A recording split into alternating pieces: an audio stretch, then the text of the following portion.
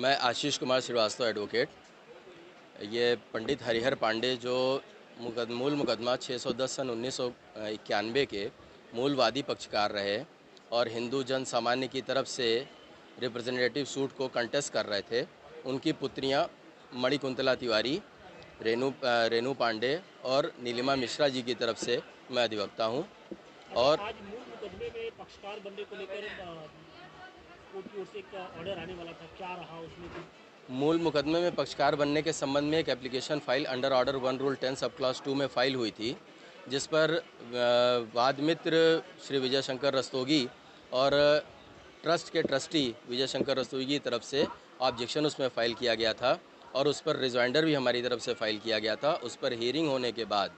एक कंटिन्यूएशन में एक सप्लीमेंट्री एप्लीकेशन भी फाइल की गई है under order 8 rule sub clause 3 sub clause 5 and order 32 rule sub clause 9 में कि इनको वाद मित्र के पद से हटाया जाए। और चूँकि ये निजी ट्रस्ट के ट्रस्टी और सचिव के तौर पर कंटेस्ट कर रहे हैं और काशी विश्वनाथ मंदिर के नाम से मिलते जुलते नाम से इन्होंने अपनी एक निजी ट्रस्ट बनाई हुई है, उस ट्रस्टी के तौर पर ये कंटेस्ट कर रहे हैं और हिंदू पब्लिक एट लार्ज के रिप्रेजेंटेटिव के तौर पर उनकी कोई लोकस स्टैंडाई नहीं बनती लीगली, इसलिए इनको इस मुकदमे से हटाया जाना चाहिए था, क्योंकि हिंदू पब्लिक एट लार्ज को रिप्रेजेंटेशन किए जाने का इनके पास कोई लोकस स्टैंडाई नहीं है।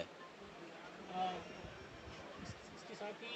इस पूरे केस को दूसरे कोर्ट में ट्रांसफर करने की भी एक मांग की जा रही थी। जी, चूँकि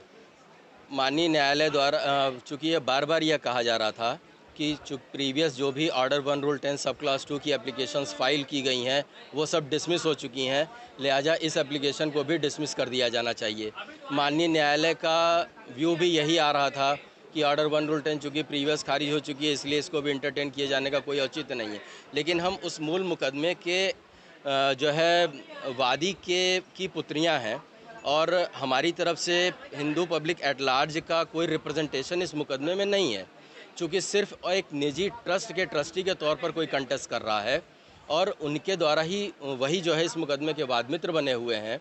इसलिए उनको हटाए जाने के संबंध में और हिंदू पब्लिक एट लार्ज के रिप्रेजेंटेशन के तौर पर हमें पक्षकार बनना आवश्यक था। इसलिए हम एक नेसेसरी और प्रॉपर पार्टी होने के आधार पर यह एप्लीकेशन हमारी तरफ से फाइल की गई है कि हमको हिंदू पब्लिक एट लार्ज को रिप्रेजेंट किए जाने का अवसर दिया जाए, इसलिए यह एप्लीकेशन फाइल की गई। चूँकि ये निजी ट्रस्ट के ट्रस्टी थे, इनको हटाया जाना आवश्यक था, क्योंकि जिस एप्लीकेशन पर इनको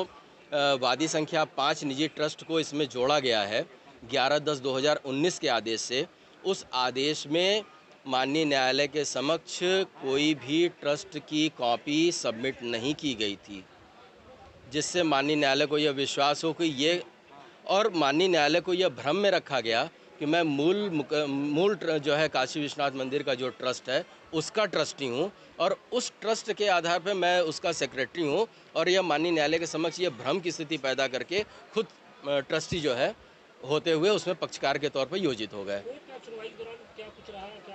माननीय न्यायालय के समक्ष यह प्रकरण आया कि एक एप्लीकेशन ऑर्डर 1 रूल 10 में कंटेस्ट हो रही थी और साथ साथ एक सप्लीमेंट्री एप्लीकेशन भी 31 मई को फाइल की गई थी कि दोनों एप्लीकेशंस को साथ साथ इंटरटेन किया जाए, जिसमें हमें पक्षकार बनाए जाने के संबंध में भी एप्लीकेशन थी और वादमित्र और प्लेंटिफ नंबर 5 विजय शंकर रस्तोगी जो ज्योतिर्लिंग आदि विश्वेश्वर ट्रस्ट के ट्रस्टी हैं, जो एक निजी ट्रस्ट है, उनको जो है हटाए जाने के संबंध में एप्लीकेशन थी। तो माननीय न्यायालय द्वारा 11 जुलाई की तिथि तय की गई है कि दोनों एप्लीकेशन की सुनवाई एक साथ की जाएगी या दोनों एप्लीकेशन को सेपरेट सुना जाएगा। इस पर आदेश 11 जुलाई 2025 को आना है।